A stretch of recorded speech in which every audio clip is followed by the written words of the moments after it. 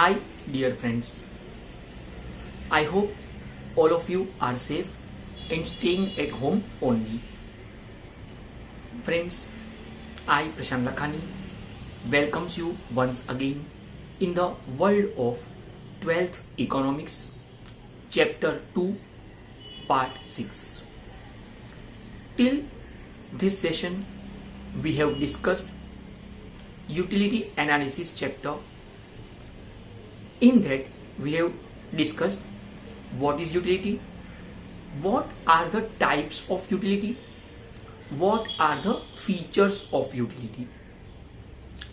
In last two sessions, we have discussed one long answer, and that is explain the relationship between total utility and marginal utility. We have discussed one schedule also and one diagram also. Dear friends, today the topic which we are going to discuss is again very important for 8 marks long answer.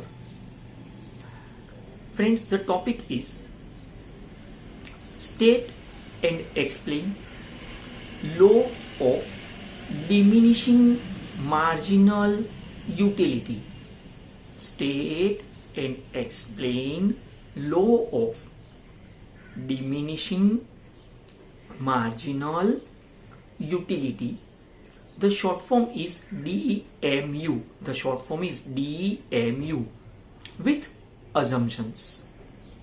Friends, ये assumptions word क्या है इसको हम थोड़ी देर के बाद discuss करेंगे. ये assumptions वर्ड क्या है इसको हम थोड़ी देर के बाद डिस्कस करेंगे. Let me introduce the question first. State and explain. State का मतलब होगा statement which is written by Alfred Marshall, जिसने ये कायदा बनाया है, जिसने ये टॉपिक को इन्वेंट किया. Explain का मतलब explanation given by Prashant sir. Friends, statement we cannot change क्योंकि वो मार्शल का लिखा हुआ है. एक्सप्लेनेशन के साथ आप कोई भी छेड़खानी करो चलेगा क्योंकि वो मेरा दिया हुआ है. तो छेड़खानी एक्सप्लेनेशन के साथ हो सकता है, मेरे साथ नहीं. State and explain law of diminishing मतलब कम होते जाना, मार्जिनल मतलब एडिशनल एक्स्ट्रा, एंड यूटिलिटी मतलब सेटिस्फेक्शन. तो state and explain law of diminishing marginal utility. The statement which is given by Alfred Marshall is the additional benefit which a person derives from the stock of a thing. The additional benefit which a person derives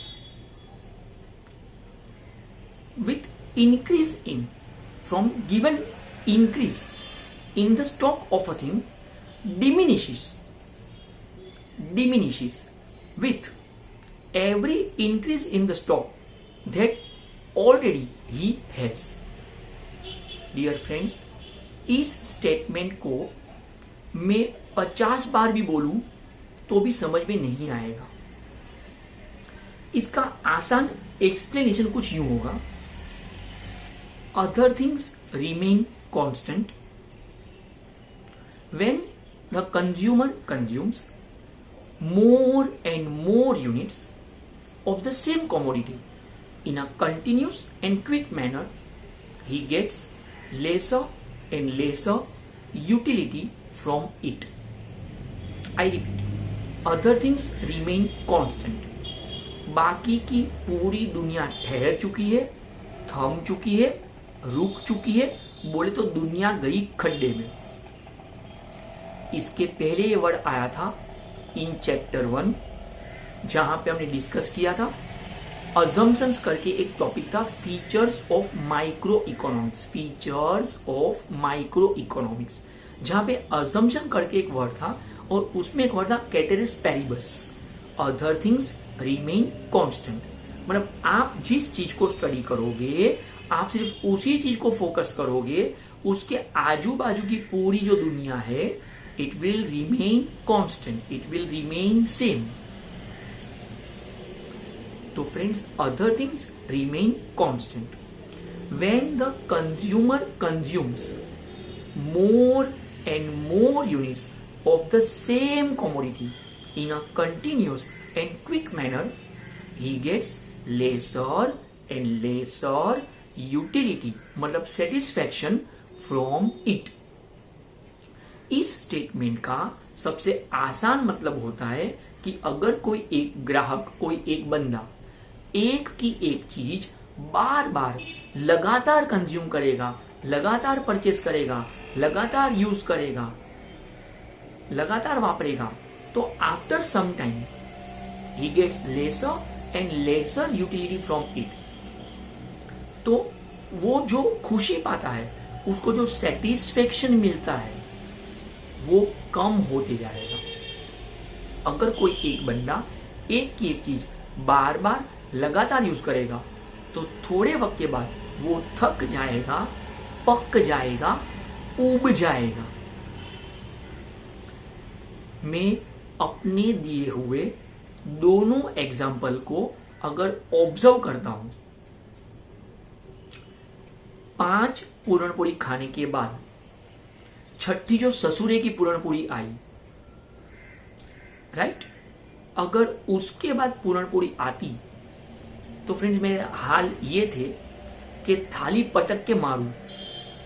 अगले 6 महीने अगर किसी ने पूरणपोड़ी का नाम भी लिया, तो थाली पटक के मारूं, क्योंकि अब मैं पूरणपोड़ी खा के थक गया हूं, पक गया हूं, उब गया हूं।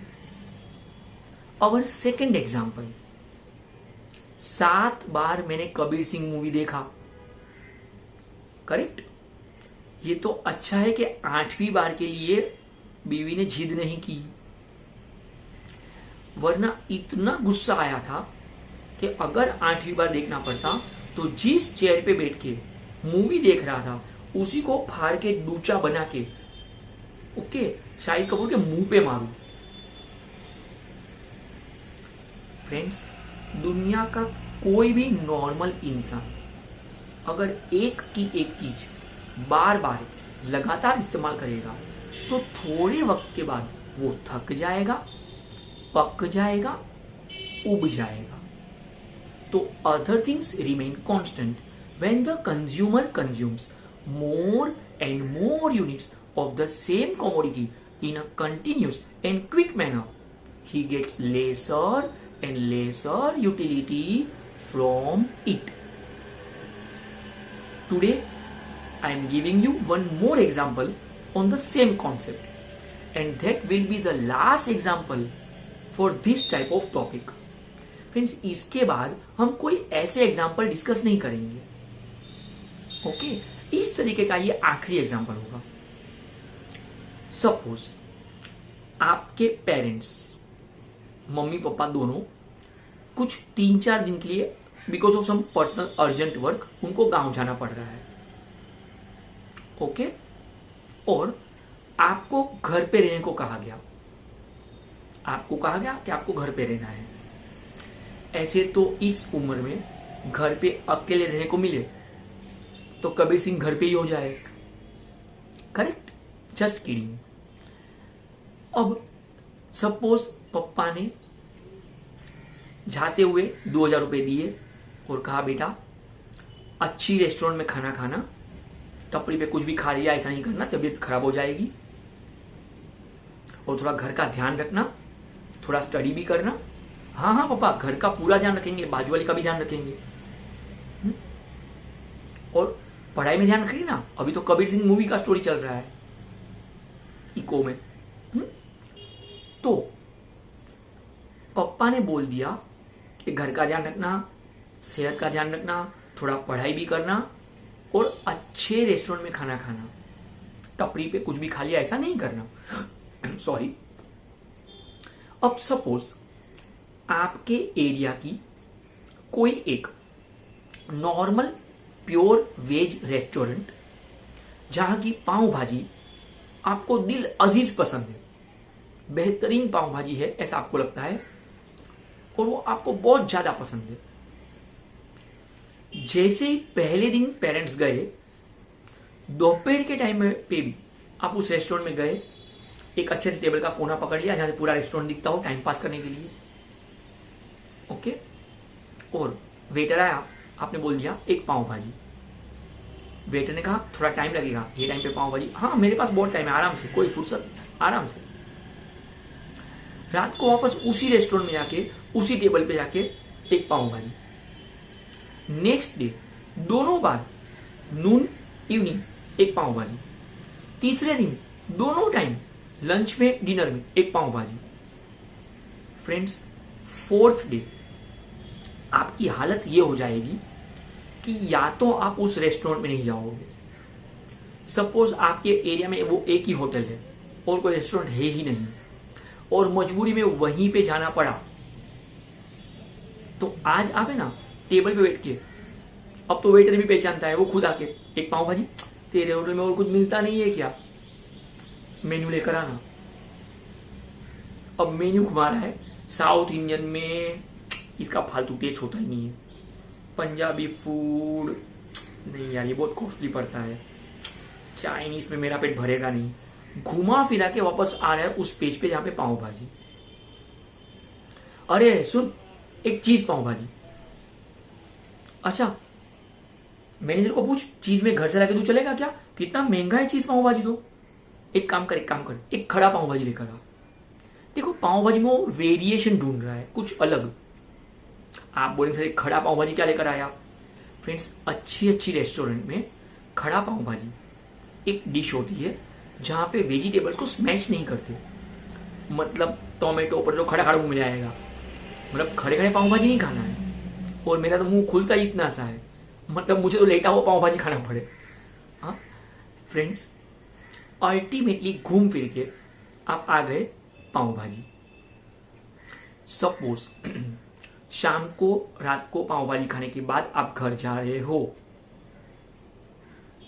सपोज इवनिंग में घर जा रहे हो, लंच पे पाव भाजी खाया था, इवनिंग में घर जा रहे हो, ओके। अब दूर से दिखाई दिया कि घर का दरवाजा खुला है, खिड़कियां खुली है, हाश मम्मी पापा आ गए, ऐसे भी पैसे खत्म होने को थे। सपोज एंट्री मारती मम्मी ने कहा बेटा आ गया, अच्छा वो आ गया, ये ले थोड़े पैसे, जा फटाफट पाव लेकर आ, तेरे को पाव भाजी पसंद है और सब भाजी का सामान रेडी भी है, मैं फटाफट पाव भाजी बना दूं, मैं भी थोड़ी थक गई हूं तो जल्दी हो भी जाए। मम्मी पाव भाजी नहीं, अरे बेटा तेरे को पसंद भी है ना दाल चावल में, तेरा मम्मी आज भरेगा, दाल चावल में पेट भरेगा, बेटा ऐसा मत कर, फटाफट लेकर आ, मैं भी थकी हुई हूं। सपोज नेक्स्ट डे आपके बेस्ट फ्रेंड का बर्थडे है और वो सबको ट्रीट दे रहा है पाव भाजी को लेकर, आपके बाकी सब फ्रेंड्स दबा के एंजॉय कर रहे हैं और आप भड़के हुए मूड में, तेरा बर्थडे अब भी आना था और बर्थडे में कोई खिलाता है पाव भाजा। सोचो फ्रेंड्स, पाव भाजी का जेंडर बदल दिया, pav bhaja. That is our situation. अब तो हालत ये होगी कि अगले 1.5 महीने तक अगर किसी ने पाव भाजी का नाम लिया तो हम उसका बजा देंगे बाजा। तो when the consumer consumes more and more units of the same commodity in a continuous and quick manner, he gets lesser and lesser utility from it. Friends, ये हो गया statement and explanation of law of diminishing marginal utility. अब यहां पे एक problem है friends. This answer will be asked in your board exam for 8 marks, and to secure 8 marks we have to write at least 2 sides of fullscape page, at least 2 sides of fullscape page।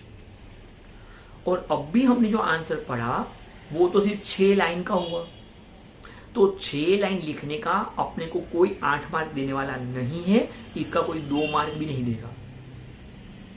तो what to do? In my very first session, we have discussed about PFT, Prashant sir का फालतू technique. No friends, paper filling technique. paper filling technique. That is PFT. PFT.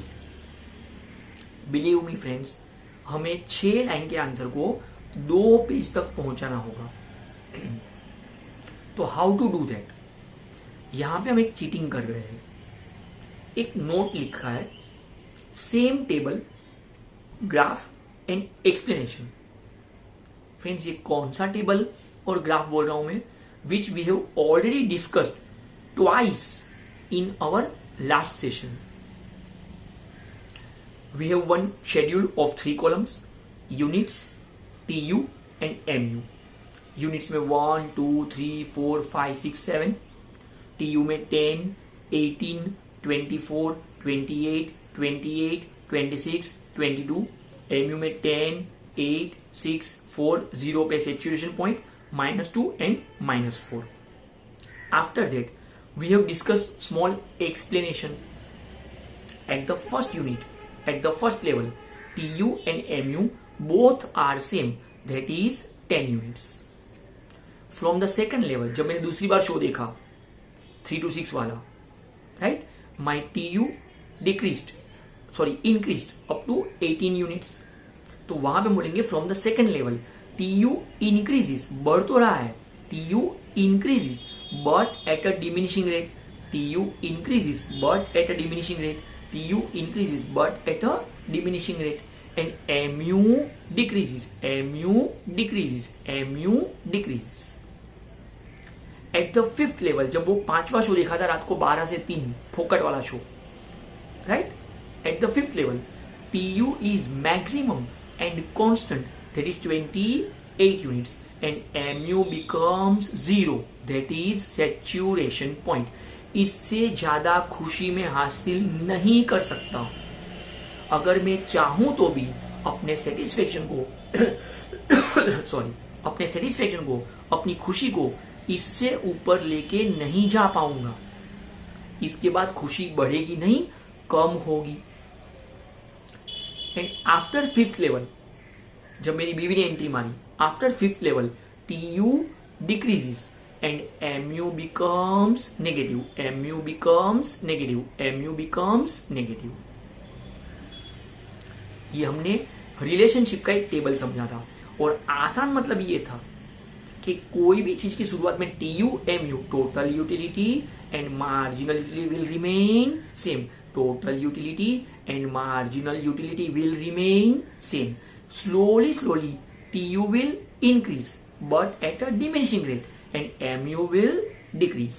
After some time, TU will be maximum and constant, and MU will become 0. And in the end, TU will decrease and MU will become negative. After that, we have discussed one diagram, x-axis, y-axis. x-axis पे units लिखा था 1, 2, 3, 4, 5, 6, 7. 1, 1 से में आगे play कर.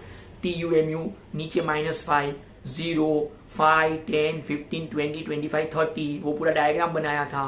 उसका वापस explanation आएगा. TU curve and MU curve both begins from the same level. When TU curve slopes upward, MU curve slopes downward. When TU curve slopes upward, MU curve slopes downward. When TU curve is at highest level, MU curve intersects the x-axis. MU curve intersects the x-axis. In the end, आखिर में क्या होगा? In the end, when TU curve decreases, when TU curve slopes downward, MU curve goes below x-axis. MU curve goes below x-axis. थोड़ी देर के लिए, just for memorise purpose, okay, थोड़ी देर के लिए फ्रेंड्स ये कर्व वर्ड को भूल जाते हैं हम. वो जो फ्री हैंड कर्व हम ड्रॉ करते हैं विदाउट स्केल, उस वर्ड को थोड़ी देर के लिए निकाल दो. कर्व वर्ड को थोड़ी देर के लिए निकाल दो. कर्व वर्ड को थोड़ी देर के लिए दिमाग से निकाल दो. TU मतलब टू, MU मतलब मुंह. टू और मुंह दोनों साथ में शुरू होगा. जब तू ऊपर जाएगा तो मुंह नीचे जाएगा.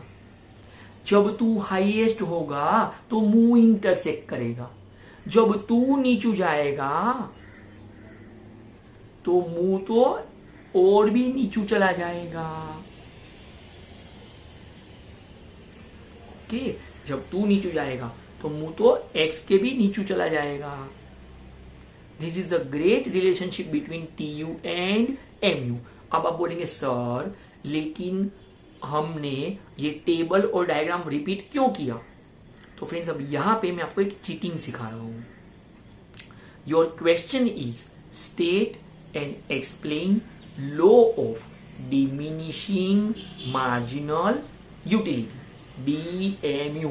डिमिनिशिंग कम होते जाना, मार्जिनल एडिशनल, यूटिलिटी सेटिस्फेक्शन। तो फ्रेंकली स्पीकिंग यू यहां पे अपने को आंसर में जिस डायग्राम की जरूरत है उसमें we need only one curve, there is MU curve.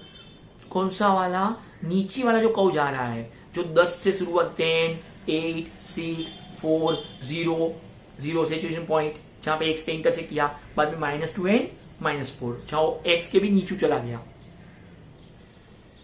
Okay dear friends, I repeat it. अगर ये सेम डायग्राम बना के आओगे जहां पे आपने दोनों कर्व दिया है तो भी इट इज नॉट रॉन्ग, लेकिन उनका स्पेसिफिक क्वेश्चन है law of diminishing marginal utility, diminishing marginal utility. तो at the time of drawing आप सिर्फ MU कर्व बनाएंगे, तो भी you will get full marks. आप सिर्फ MU कर्व बनाएंगे तो भी you will get full marks. तो फ्रेंड्स ये अपना हो गया state and explain law of diminishing marginal utility, DMU। अब तक के फ्रेंड्स पिछले, अगर मैं 25 साल के क्वेश्चन पेपर को ऑब्जर्व करता हूं, 25 इयर्स मतलब 50 क्वेश्चन पेपर हुए, तो कम से कम 30 क्वेश्चन पेपर ऐसे निकलेंगे जिसमें इन्होंने ये क्वेश्चन 8 मार्क के लिए पूछा हो। और 8 मार्क के लिए हमने क्या किया, एक स्टेटमेंट लिखा जो मार्शल का लिखा हुआ है, उसमें कोई छेड़खानी नहीं करेंगे। एक एक्सप्लेनेशन लिखा जो मेरा दिया हुआ है, उसमें आप छेड़खानी कर पाओगे।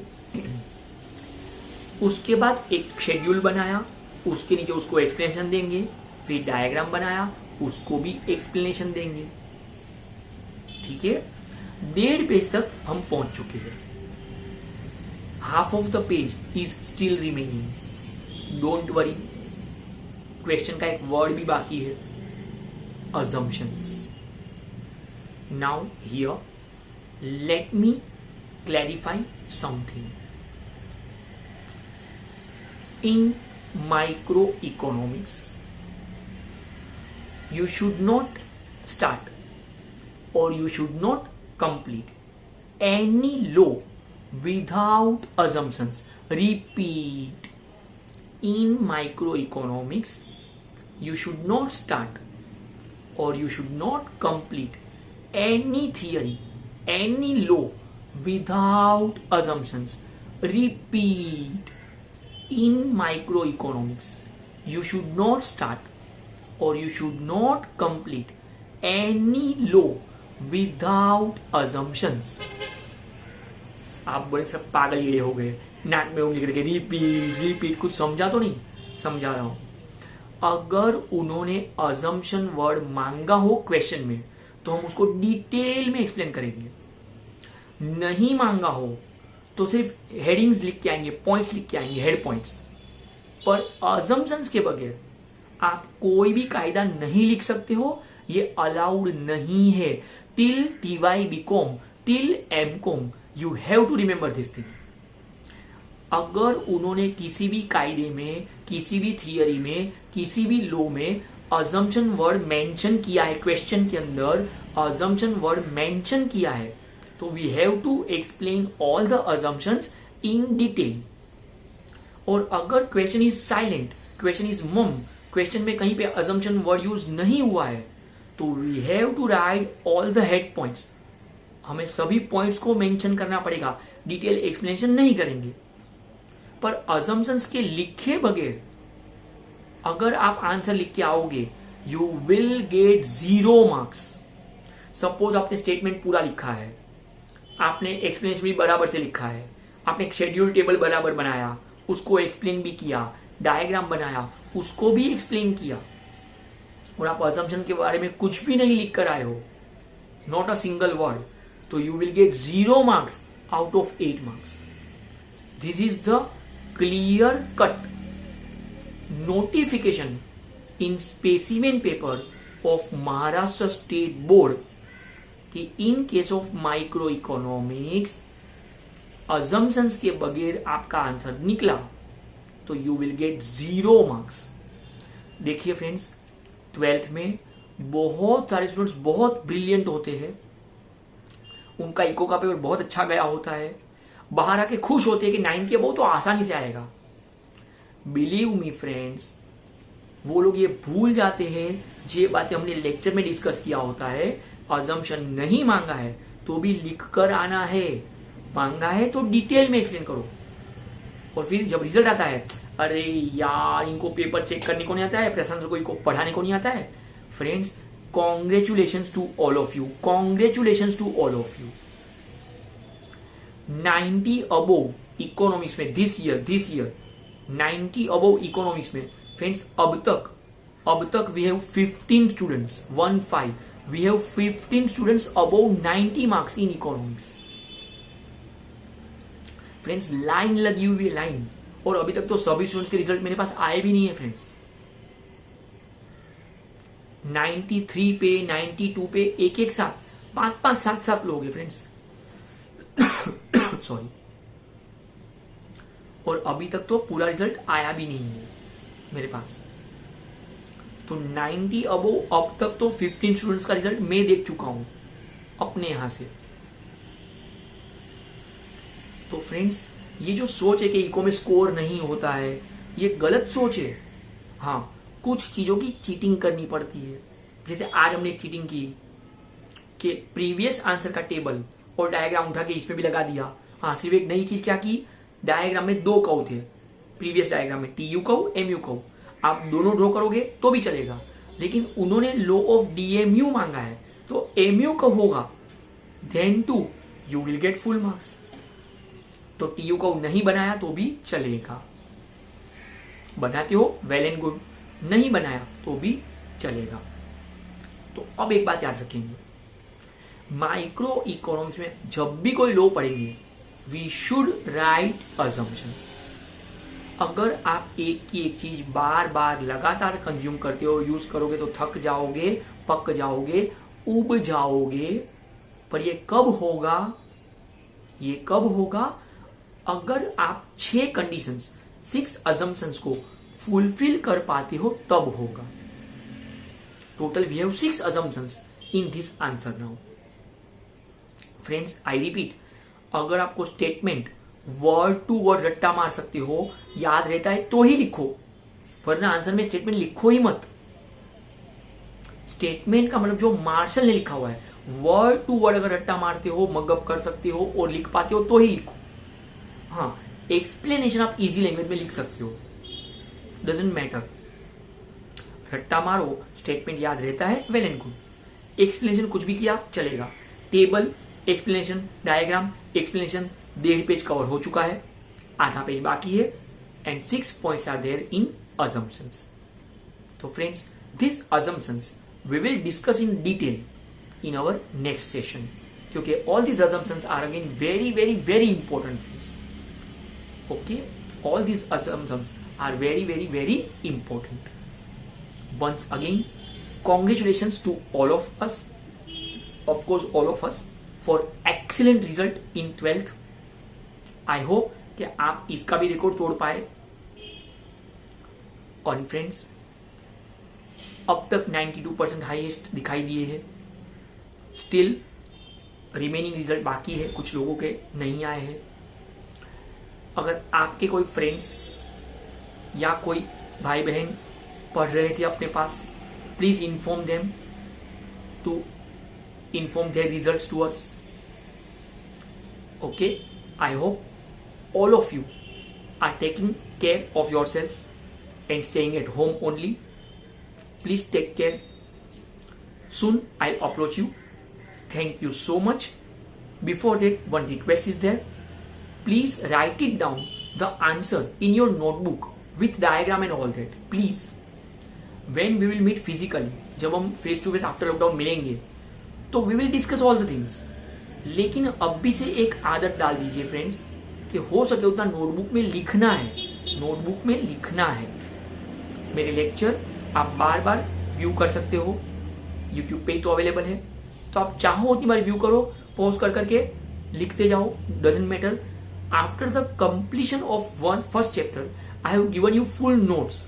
Similarly after the completion of second chapter also I give you full notes of chapter 2.